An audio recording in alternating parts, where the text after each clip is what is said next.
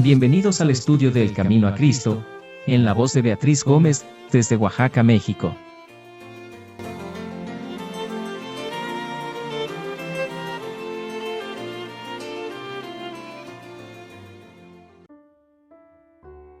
Capítulo 4 del Camino a Cristo, para obtener la paz interior. Quien encubre su pecado jamás prosperará. Quien lo confiesa y lo deja, halla perdón. Las condiciones indicadas para obtener la misericordia de Dios son sencillas, justas y razonables. El Señor no nos exige que hagamos alguna cosa penosa para obtener el perdón de nuestros pecados. No necesitamos hacer largas y cansadoras peregrinaciones ni ejecutar duras penitencias para encomendar nuestras almas al Dios de los cielos o para expiar nuestras transgresiones, sino que todo aquel que confiese su pecado y se aparte de él alcanzará misericordia. El apóstol dice: confesaos pues mutuamente vuestros pecados y orad los unos por los otros para que seáis curados. Confesad vuestros pecados a Dios, el único que puede perdonarlos, y vuestras faltas unos a otros. Si has dado motivo de ofensa a tu amigo o vecino, debes reconocer tus faltas, y es su deber perdonarte con buena voluntad. Debes entonces buscar el perdón de Dios, porque el hermano a quien ofendiste pertenece a Dios, y al perjudicarle pecaste contra su Creador y Redentor.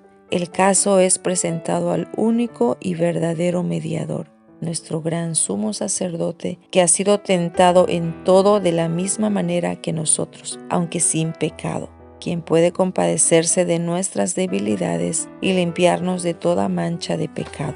Los que no han humillado su alma delante de Dios, reconociendo su culpa, no han cumplido todavía la primera condición de la aceptación. Si no hemos experimentado ese arrepentimiento del cual nadie debe lamentarse, y no hemos confesado nuestros pecados con verdadera humillación del alma y quebrantamiento del espíritu, aborreciendo nuestra iniquidad, no hemos buscado verdaderamente el perdón de nuestros pecados, y si nunca lo hemos buscado, no hemos encontrado la paz de Dios.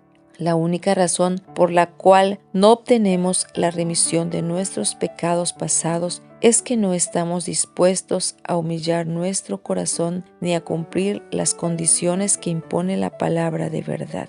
Se nos dan instrucciones explícitas tocante a este asunto. La confesión de nuestros pecados, ya sea pública o privada, debe ser de corazón y voluntaria. No debe ser arrancada al pecador. No debe hacerse de un modo ligero y descuidado o exigirse de aquellos que no tienen una comprensión real del carácter aborrecible del pecado. La confesión que brota de lo íntimo del alma sube al Dios de piedad infinita. El salmista dice: el Señor está cerca de los quebrantados de corazón y salva a los de espíritu abatido. La verdadera confesión es siempre de un carácter específico y reconoce pecados particulares. Puede ser de tal naturaleza que solo puedan presentarse delante de Dios. Pueden ser males que deban confesarse individualmente a los que hayan sufrido daño por ellos. Puede ser de un carácter público y en ese caso deberán confesarse públicamente. Pero toda confesión debe hacerse directa, para reconocer en forma definida los pecados de los que uno sea culpable. En los días de Samuel, los israelitas se alejaron de Dios. Estaban sufriendo las consecuencias del pecado, pues habían perdido su fe en Dios, el discernimiento de su poder y de su sabiduría para gobernar a la nación, y no confiaban en la capacidad del Señor para defender y vindicar su causa. Se apartaron del gran gobernante del universo y desearon ser gobernados como las naciones que los rodeaban. Antes de encontrar paz, hicieron esta confesión explícita: a todos nuestros pecados hemos añadido la maldad de pedirle un rey. Tenían que confesar el pecado preciso del cual se habían hecho culpables. Su ingratitud oprimía sus almas y los separaba de Dios. La confesión no es aceptable para Dios si no va acompañada por su arrepentimiento sincero y una reforma. Debe haber cambios decididos en la vida. Todo lo que ofenda a Dios debe dejarse. Tal será el resultado de una verdadera tristeza por el pecado. Se nos presenta claramente lo que tenemos que hacer de nuestra parte. Lavaos, limpiaos, quitad vuestras fechorías de delante de mi vista.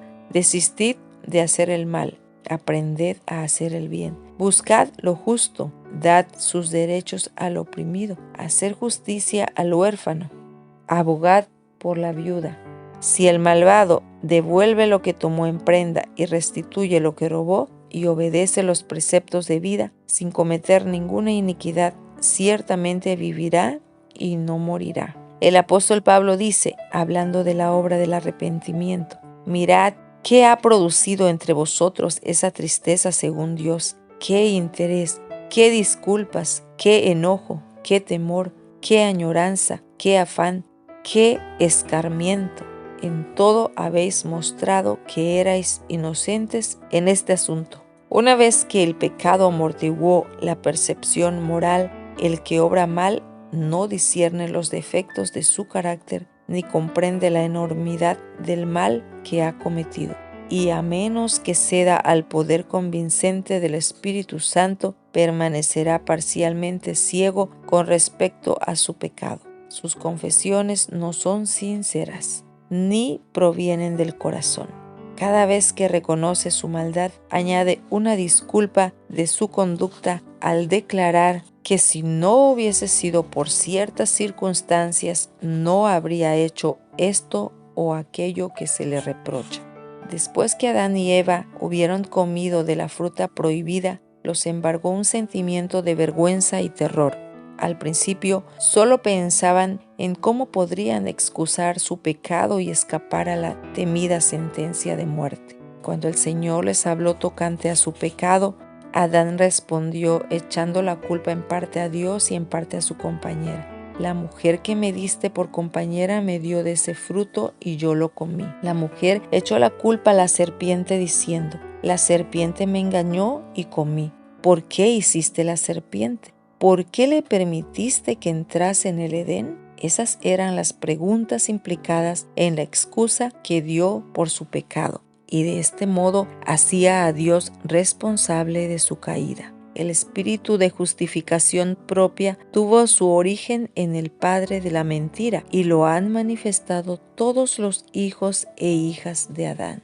Las confesiones de esta clase no son inspiradas por el Espíritu Divino y no serán aceptables para Dios. El arrepentimiento verdadero induce al hombre a reconocer su propia maldad, sin engaño ni hipocresía, como el pobre publicano que no osaba ni aun alzar los ojos al cielo, exclamará: Dios, ten misericordia de mí, pecador. Y los que reconozcan así la iniquidad serán justificados, porque el Señor Jesús presentará su sangre en favor del alma arrepentida. Los ejemplos de arrepentimiento y humillación genuinos que da la palabra de Dios revelan un espíritu de confesión que no busca excusas por el pecado ni intenta su justificación propia.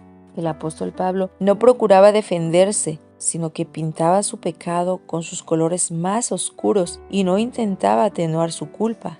Dijo: eso es precisamente lo que hice en Jerusalén. Con la autoridad de los jefes de los sacerdotes metí en la cárcel a muchos de los santos, y cuando los mataban yo manifestaba mi aprobación.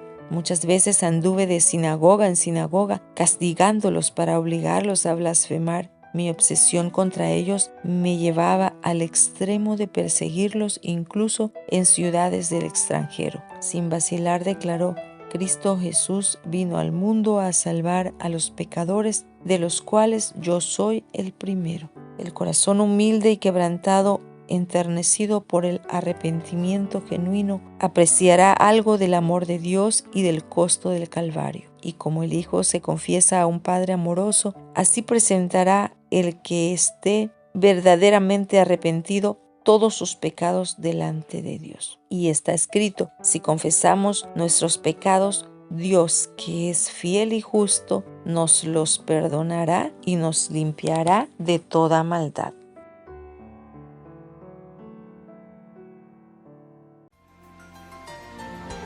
Gracias por acompañarnos, te invitamos a continuar en el próximo capítulo de El Camino a Cristo, Dios te bendiga.